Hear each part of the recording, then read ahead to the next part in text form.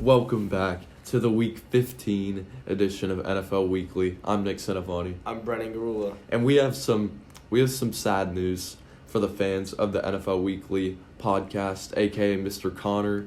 This series will be coming to a close as the first semester is ending and me and Brenden don't have the same study hall or same bell next year. So we are going to do this last episode and then we are going to film a playoff prediction episode where we give all our predictions on who's gonna make the playoffs and who's gonna take home Super Bowl 54. So with that being said, let's get into our last Monday Night Football recap, which was the Saints versus the Colts, and Drew Brees was an absolute beast, proving why he is one of the greatest quarterbacks of all time, if not the greatest quarterback of all time.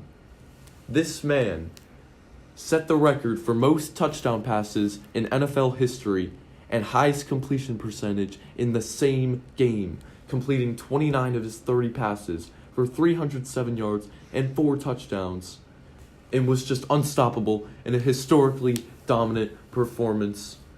And the Saints overall just demolished the Colts this game. Michael Thomas continues to prove why he's the best receiver in football with 12 receptions for 128 yards and a touchdown. Taysom Hill caught another touchdown.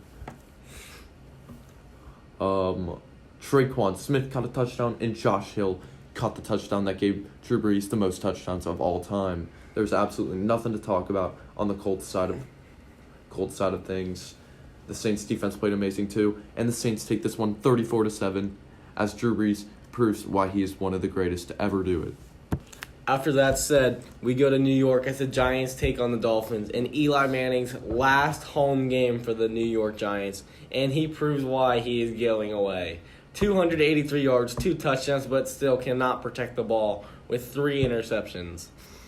Saquon Barkley, back to his old self, 24 attempts, 112 yards, and 2 touchdowns. Sterling Shepard, 9 receptions, 111 yards. Pretty good game. On the Dolphins side of things, Devontae Parker continues to be a beast. 4 receptions, 72 yards, and 2 touchdowns, helping out my fantasy team right there to win this week. But that's not enough as the Giants win this one 36-20, and this pretty much clinches the first pick of the NFL draft to my Cincinnati Bengals. Praise the Lord. We head to Carolina as Kyle Allen and the Panthers trying to turn it around against the Seattle Seahawks, and Kyle Allen just continues to be a walking turnover machine, completing 25 of his 41 passes for 277 yards, 1 touchdown to 3 interceptions. Now, Christian McCaffrey also threw a pass, but he did not complete it, as did Josh Gordon for the Seahawks, who is now suspended indefinitely. I thought he turned it around, but the old Josh Gordon is back. Russell Wilson had a great game, completing 20 of his 26 passes for 286 yards and 2 touchdowns. And Chris Carson continues to be a beast, rushing for 133 on the ground and 2 touchdowns. Through the air, Tyler Lockett and Russell Wilson continue to be a lethal duo, 8 receptions, 120 yards and a touchdown. And Christian McCaffrey is the running back in the NFL, rushing for 87 yards on the ground and 2 touchdowns, while also catching 8 passes for 88 yards in this receiving game, which makes him so deadly. Now, the Panthers kept it close, but they lose it to the Seahawks 30-24 as the Seahawks go to 11-3. We head to Washington as the Redskins take on the Eagles, and Dwayne Haskins finally has a good game. It's about time. 261 yards and 2 touchdowns, with Adrian Peterson rushing 66 and a touchdown on the ground, and Terry McLaurin hauling in 5 receptions, 130 yards, and a long touchdown. On the Eagles side of things, Carson Wentz, 266 and 3 touchdowns. Miles Sanders, 122 and a touchdown on the ground, with also a receiving touchdown. And this Eagles team moves to 7-7 as they beat the Redskins 37-27. And now we have the Cowboys and Eagles next week, determining who will go to the playoffs in the bad NFC East. We head to a snowstorm in Arrowhead as Patrick Mahomes is taking on Drew Lock and Patrick Mahomes absolutely dominated still in a snowy environment where all the receivers are slipping inside and everywhere. Mahomes completes 27 of his 34 attempts for 340 yards and 2 touchdowns, also throwing a pick, but it was still one of his best performances of the year. And this environment did not benefit Drew Lock.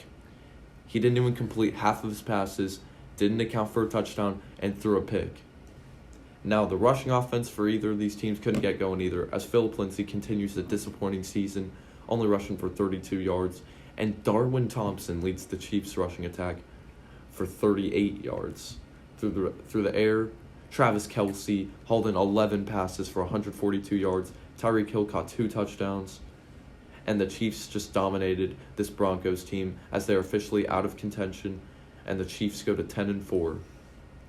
We head to Tennessee as there's an AFC South matchup between the Titans and Texans. Ryan Tannehill continues his pretty good season with 279 yards, 2 touchdowns, and an interception. Derrick Henry, not his best game, but still a very good game. 21 attempts, 86 yards. And A.J. Brown continues to be a beast in his rookie season. 8 receptions, 114 yards, and a touchdown.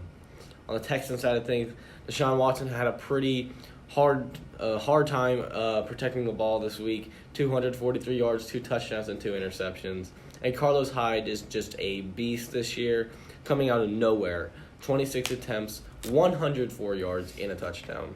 And, of course, DeAndre Hopkins breaks the 100-yard mark, hauling in 6 of his receptions for 119 yards, leading this Texans team to 24-21 win over the Tennessee Titans.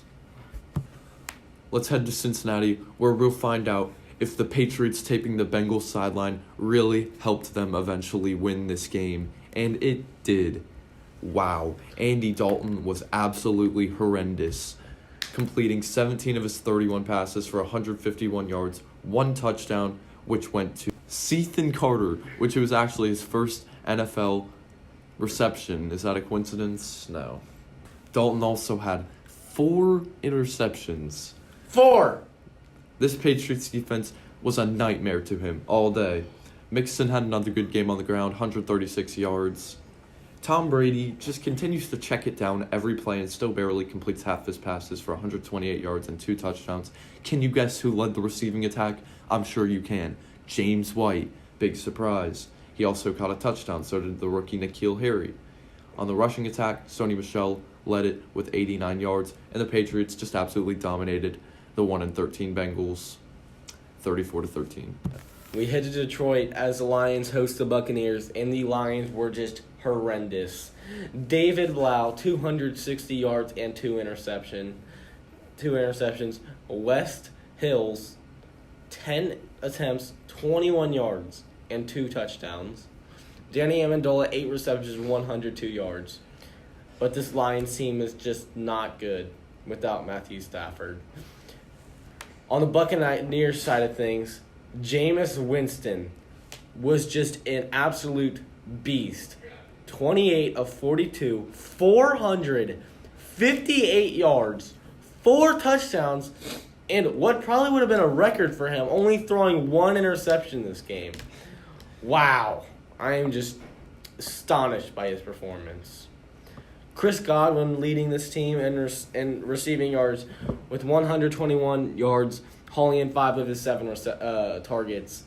And Rashad Perriman also having a 100-yard game, hauling in 5 of his 6 targets for 113 yards and 3 touchdowns. That's awesome right there. Jameis Winston's outstanding performance leads this Buccaneers team to a 38-17 win over the struggling Lions. We head to Lambeau in a historic rivalry between the Green Bay Packers and the Chicago Bears, and this one went to the Packers as it's been the past couple years. Aaron Rodgers was held in check again, not even completing half his passes for only 203 yards and a touchdown, but 100 of those 3 yards, of course, went to the reliable Devontae Adams, who also caught a touchdown. Aaron Jones continues to be a beast on the ground, finding the end zone twice. And on the Bears side of things, the yardage numbers finally look good for Trubisky, 334 yards, but he still throws more picks than touchdowns, 2-1. 2 picks, 1 touchdown. The rushing offense couldn't get going. Leading rusher was David Montgomery with 39 yards.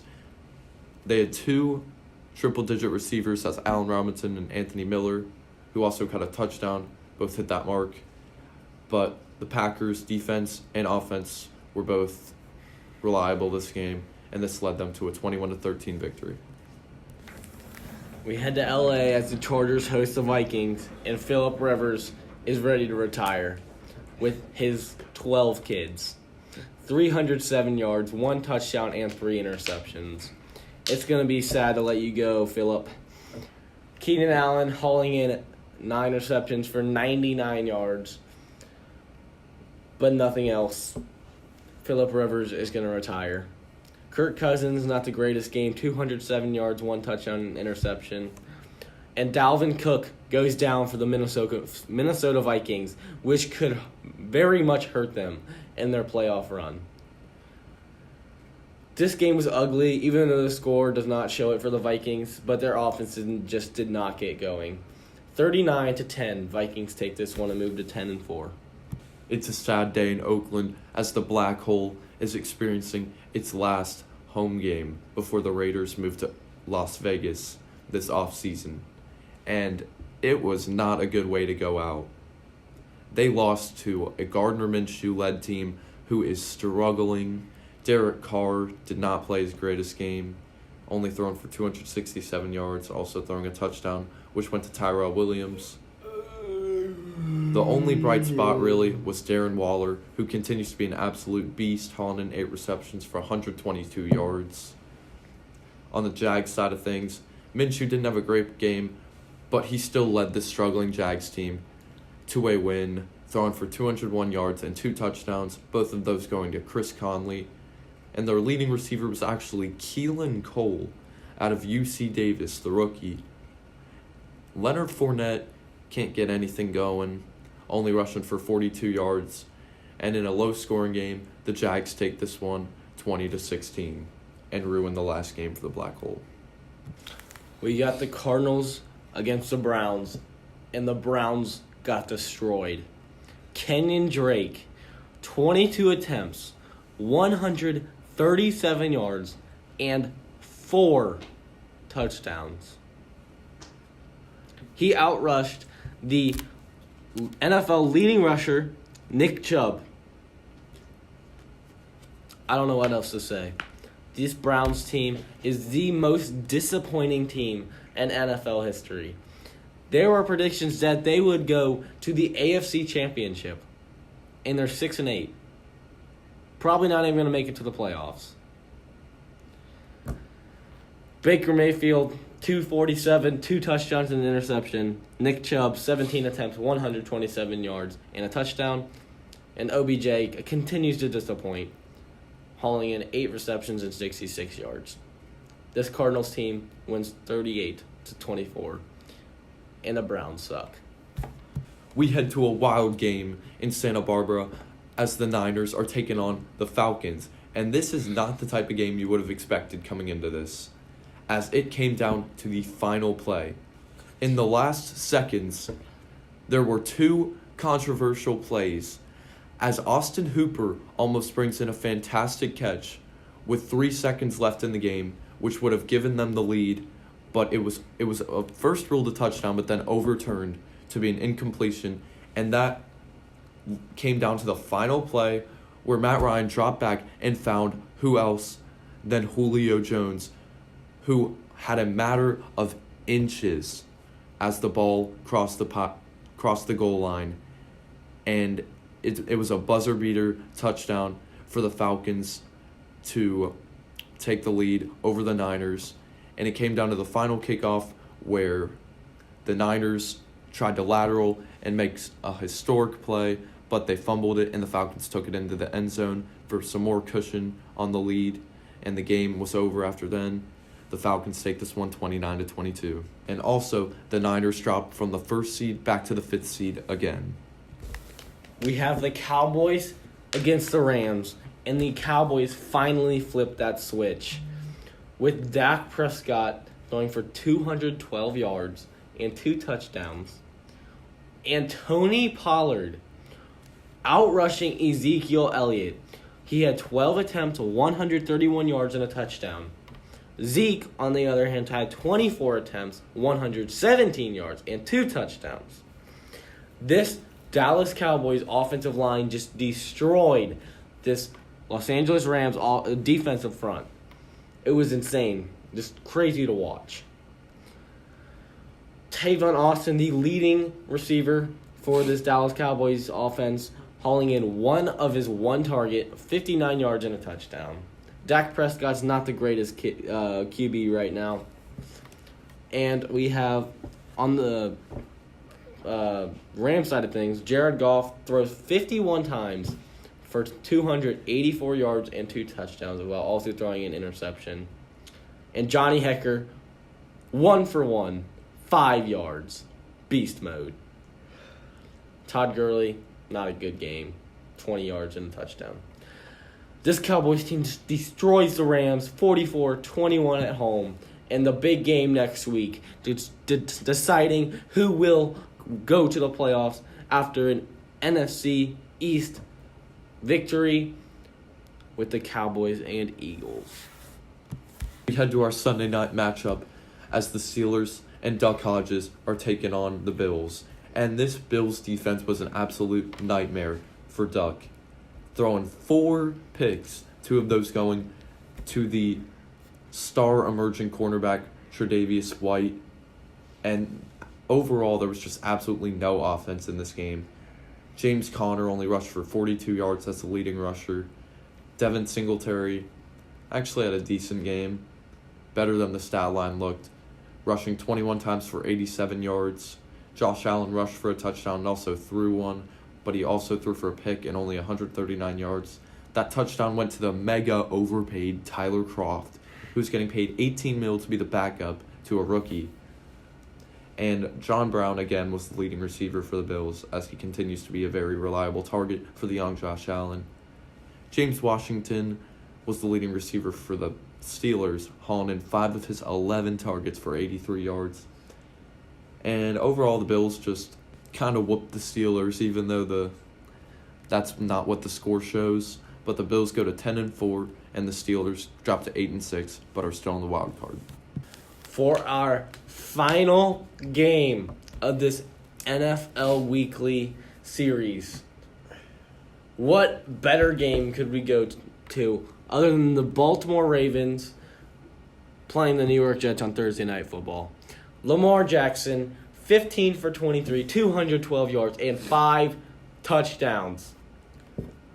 On the rushing side, he breaks Michael Vick's single-season rushing yard for a quarterback, and it was just outstanding to watch. Lamar Jackson, 8 attempts, 86 yards, and just clinching that MVP spot for this Baltimore Ravens quarterback. It was just outstanding. I don't know what else to say. This Ravens team just destroys the New York Jets and embarrasses them on national TV, 42-21. We head to our Team of the Week segment, which is going to have to go to the Atlanta Falcons for coming into the Niners' home field and beating them on a last-second play to Julio, where he scored with a matter of inches to spare on the last play. Now, overall, the Falcons just had a solid game. Even though Matt Ryan only threw for 210 yards and 2 touchdowns, both of those going to Julio, who was the X factor in this game, catching 13 passes for 134 yards and that game-winning touchdown, as I said. The rushing attack hasn't gotten going all season for this team, and it still hadn't this game. Devontae Freeman was the leading rusher for 39 yards. But the defense was also fantastic, as they held Garoppolo to 200 yards and a touchdown, and also only let the Niners' leading rusher, Raheem Mostert, rush for 54 yards. The Falcons just put out a statement win against this Niners team, even though it's too late for them to make the playoffs. And, yeah, they take a 29-22 win. For our Player of the Week segment, we had to give it to Drew Brees, breaking the all-time passing touchdown record of Peyton Manning. This game was just amazing. He threw 30 passes and completed every single one of them except for one. 29 of 30, 307 yards, and 4 touchdowns. Let's also not forget that he broke the record for completion percentage, too. I don't know what else to say. Drew Brees may be the greatest of all time to ever do it. He's just an outstanding player and an outstanding human. This leads the New Orleans Saints to a 34-7 win over the Colts.